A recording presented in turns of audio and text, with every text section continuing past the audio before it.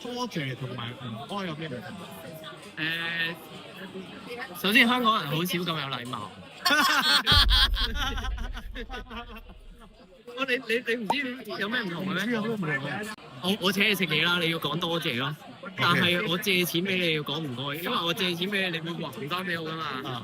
即係你冇爭我嘢噶嘛，梗係唔該。但係如果我俾多咗嘢你咧，你就要講多謝。咁啊？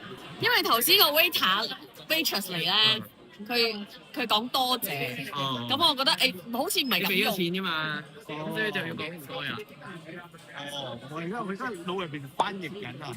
如果翻譯去華語或者係英文有咩相對嘅係一樣嘅？我係喎，華語係一樣，冇唔該喎，因為華語。我而家諗緊有咩麻煩你，麻煩晒。啊？麻煩了，麻煩啊！我要麻煩了就係唔該啊！我啱啱學咗新嘢，我要消化下。所以你而家教咗我嘢，我係冇嘢俾翻你嘅，所以我多謝你教我呢個係啊係啊係啊知識。OK OK OK OK OK。